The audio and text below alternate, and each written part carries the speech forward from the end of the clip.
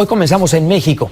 La desaparición de un joven estudiante ha conmocionado al país. Un detalle hace que el caso sea particularmente crítico.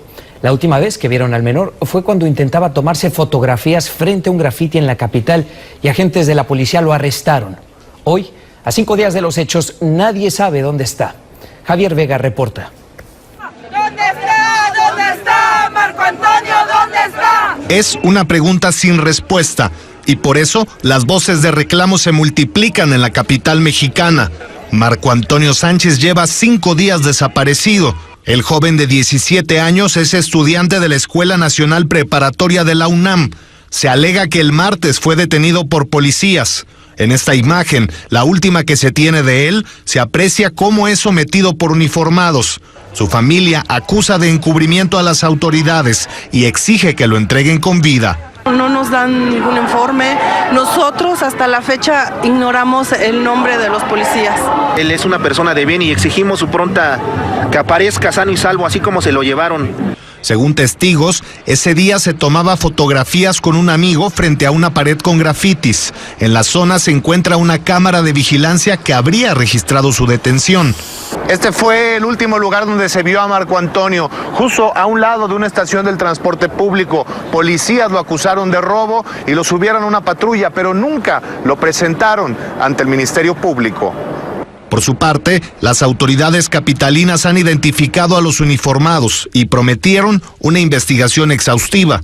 Se corrobora la participación de los elementos que en sus declaraciones manifestaron haberlo dejado en libertad. ¡Porque vivos se lo llevaron! La desaparición de Marco Antonio preocupa porque evoca otros episodios recientes como Ayotzinapa, donde se alega que policías atacaron a jóvenes estudiantes. Esto que nos pasó, que estamos pasando nosotros, no puede pasar cualquiera. En Ciudad de México, Javier Vega, Noticias Telemundo. ¿Qué le parece? Acá en Estados Unidos, todo es expectativa ante el primer mensaje sobre el estado de la nación del presidente Donald Trump. Ya al menos 6 congresistas anunciaron que ellos no van. El discurso ante ambas cámaras se da en el marco de las más recientes revelaciones sobre la trama rusa y a días de que la Casa Blanca pusiera sobre la mesa sus cartas en el tema de inmigración. Una propuesta que no ha ganado muchos amigos, ni entre demócratas ni entre republicanos. Otra vez, el presidente hizo política con su cuenta de Twitter, su altavoz favorito. Los demócratas no están interesados en la seguridad fronteriza, escribió, ni en la reconstrucción de las Fuerzas Armadas. Solo están interesados en obstaculizar. El mensaje, como un hacha, llega a solo días de su informe sobre el estado de la Unión. A diferencia de lo que ocurre en Twitter, la Casa Blanca adelantó que ahí el tono del presidente será de unidad.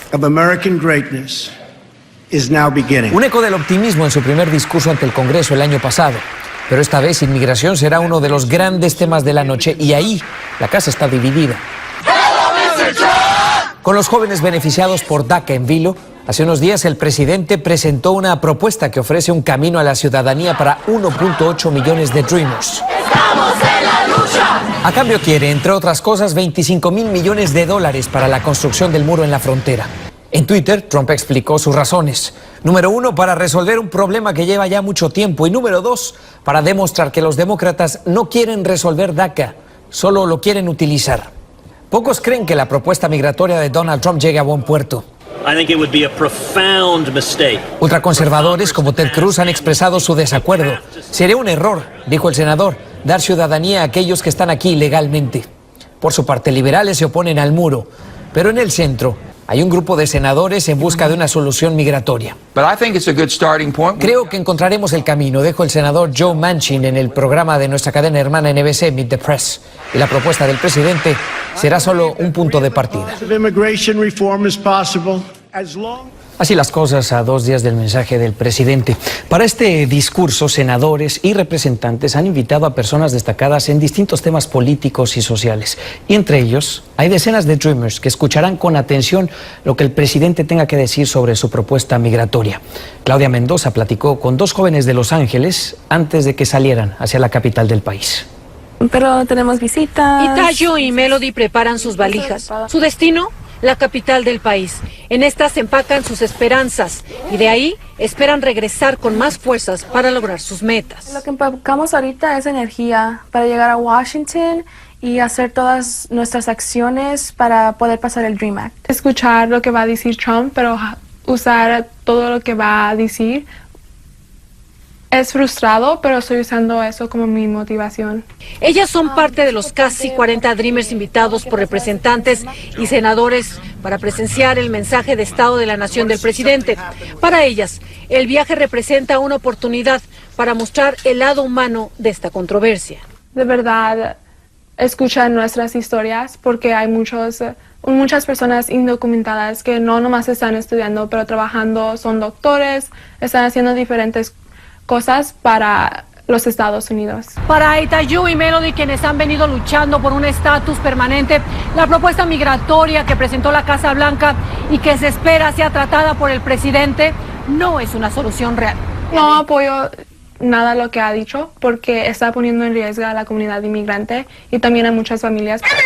Aún así, están conscientes de que pueden perder la batalla, pero dispuestas a luchar. Y si algo no se diera, de todos modos sabremos que hicimos todo lo que pudimos. Para estas jóvenes soñadoras, el viaje a Washington será un vuelo de esperanza. Confían que su silenciosa presencia en el hemiciclo cameral se haga sentir hasta la Casa Blanca. En Los Ángeles, Claudia Mendoza, Noticias Telemundo. No olvide que Noticias Telemundo tendrá todo lo que suceda durante el discurso presidencial en nuestro especial Trump, Estado de la Nación. Este martes a las 9 de la noche, 8 Centro, 6 Pacífico. Y bien, seguimos por un momento con el tema de inmigración. En los últimos meses hemos visto el arresto de numerosos activistas pro-inmigrantes sin ciudadanía. Las autoridades aseguran que estas detenciones no obedecen a ninguna represalia, pero los líderes sociales creen que ellos son el nuevo objetivo de ICE. Edgar Muñoz nos cuenta. Yo no me siento protegido porque mismo... Iván Ceja es activista defensor de los Dreamers. Está consciente de que puede ser deportado a su natal Michoacán después de participar en las protestas del Congreso. Para él, las recientes acciones de los agentes de inmigración contra activistas no ciudadanos solo buscan crear miedo. Yo creo que sí se han hecho los policías de Trump, porque con él a cargo, yo creo que ellos se ponen en más confidencia de hasta atacarnos más y a veces violar las mismas reglas de ellos mismos. ICE wants me to stop my job. La activista mexicana Maru Mora, quien tiene 25 años viviendo en Estados Unidos, le llegó en diciembre pasado en Seattle, Washington, un citatorio a su casa notificándole que comenzó un proceso de deportación. Cuando mi visa expiró en 1996 y me quedé en el país, salí públicamente como persona indocumentada en la lucha contra las detenciones y deportaciones.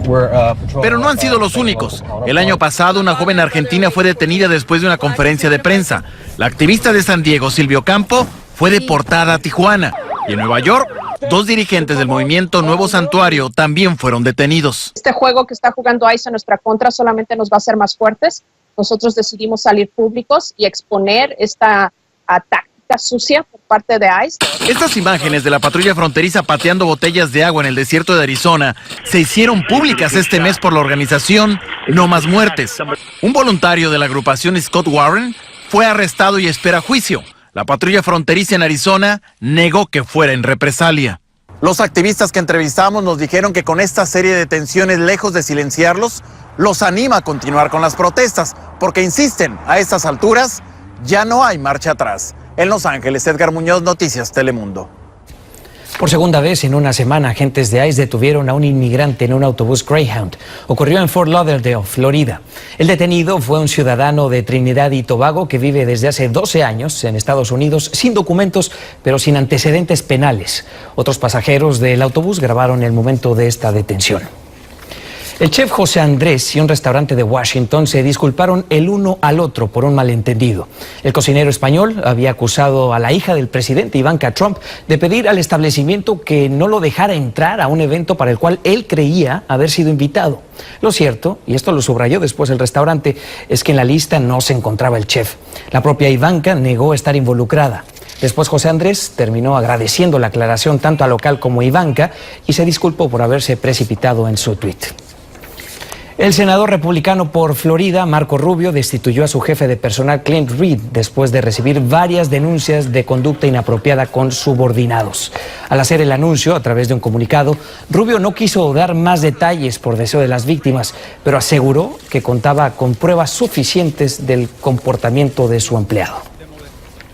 En otras noticias, un informe de la organización Prison Policy Initiative revela que mientras la población masculina en las cárceles del país desciende, la femenina crece.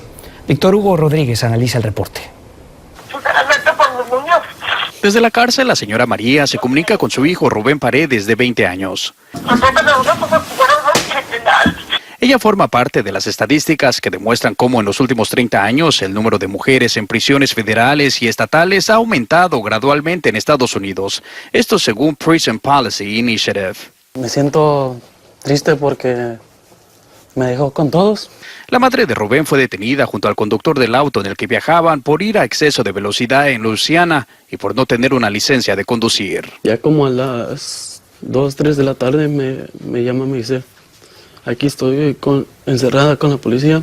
El reporte también indica que en muchos de los casos las mujeres pasan más tiempo en prisión que los hombres y esto se debe a que no cuentan con los recursos para poder pagar una fianza. Pero en el caso de María, ser indocumentada le costó su libertad. Yo trato de no enseñar que me siento mal enfrente de mis hermanos, ¿verdad? El informe señala varios factores que definen la vida de una mujer en una prisión de Estados Unidos, que incluye maltratos que las dejan marcadas de por vida. Los abusos físicos, emocionales, sexuales, ¿por qué no decirlo? No solamente de hombres, pero de las mismas compañeras. El reporte también indica que la mayoría de las personas que se encuentran en prisiones o en cárceles como esta no están ahí por haber cometido actos violentos, sino porque cometieron delitos menores relacionados con droga o de propiedad. Aún así, expertos aseguran que las mujeres son castigadas sin brindarles recursos para que puedan transformar sus vidas y reintegrarse nuevamente a la sociedad. Y aunque la madre de Rubén no da detalles de lo que sucede dentro, ella solo tiene palabras de aliento. Ha batallado mucho para que le hagan esto. Víctor Hugo Rodríguez, Noticias Telemundo. Una balacera en un bar de Cancún, México, dejó por lo menos 3 muertos y 7 heridos. Las autoridades indicaron que un comando armado llevó a cabo el tiroteo y ahora buscan a los agresores. Por el momento se desconocen los motivos del ataque, que es el segundo de este tipo que ocurre en esta ciudad turística en lo que va del año. Y un suceso similar ocurrió en Jalapa, Veracruz, también en un bar. El músico del establecimiento y un guardia de seguridad perdieron la vida y otras 4 personas quedaron heridas durante un tiroteo. También en este caso fueron varios individuos los que entraron en el local y comenzaron a disparar para después emprender la huida. Un grupo de deportados salvadoreños libra una intensa batalla por sobrevivir.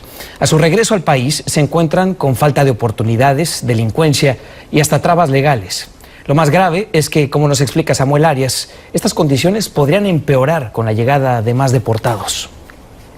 Un país sin trabajo y con salarios de miseria, es lo que dice haber encontrado Roxana, quien vivió 8 años en Jackson, Mississippi, y fue deportada hace 8 meses. Una experiencia que aún la hace llorar. Rotundamente destrucción. Nicolás vivió 3 décadas en Houston y fue deportado hace 3 años.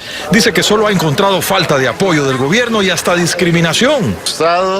Psicológicamente, de la bolsa por no tener dólares, por no trabajar. No nos decía nada. Situación que la Asociación Salvadoreña de Retornados, Alzare, dice enfrentan los cerca de 250,000 deportados que se registraron en los últimos 5 años. Una política integral de reinserción y retorno aún no hay. Y es que a pesar que desde hace 6 años existe una ley de apoyo a ese sector aprobada por el Congreso salvadoreño, los retornados aseguran que es casi inoperante. Como primer paso piden que se establezca un procedimiento uniforme para recuperar pertenencias que quedaron en Estados Unidos. Wilfredo asegura que así podría traer una maquinaria de construcción. Yo no estuviera en la posición donde estoy ahorita, sin nada. Pero el gobierno sostiene que ya existe una política de apoyo a los retornados desde que llegan y por medio de un programa que entrega a emprendedores $1,500 para impulsar su propio negocio. Más de 1 año de estarse ejecutando y con los cuales hemos beneficiado a más de 5,000 personas. Un apoyo que, según esta representante de la Procuraduría General de la República, resulta insuficiente para los deportados y para los amparados al TPS que están por venir. Por la cantidad de personas que retornan es insuficiente o se queda limitada. La precaria condición de los deportados también se reflejó durante esta convención nacional, donde se esperaban 50 delegados de todo el país y solo se presentaron 22. En San Salvador, El Salvador, Samuel Arias, Noticias Telemundo. Recuerde que Telemundo está en línea. Puede seguirnos en noticiastelemundo.com, en Facebook, en Noticias Telemundo y Twitter, en nuestra cuenta @TelemundoNews.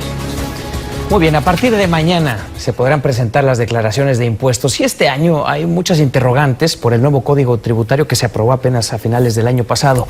Muchos se preguntan cómo nos puede afectar. Angie Sandoval explica. Con sus documentos en mano y mucha paciencia. Hola, ¿cómo estás? Hola. Patricia Santapau llegó a la cita para preparar su declaración de impuestos. Yo vine temprano para ver si recibo el reembolso antes, porque es importante para cumplir con todos los compromisos que tengo para mis 2 hijos. Como ella, casi la mitad de los contribuyentes en Estados Unidos dicen depender económicamente de los reembolsos. Sin embargo, enviarlos temprano no garantiza una devolución rápida. Prepararlos bien es la clave.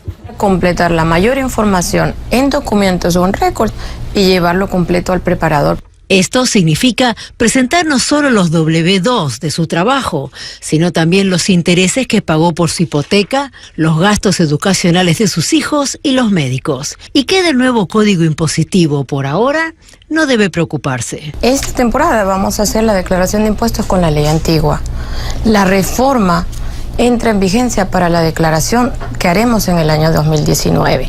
Lo que hay que estar alerta este año y siempre es a dónde va a preparar su declaración.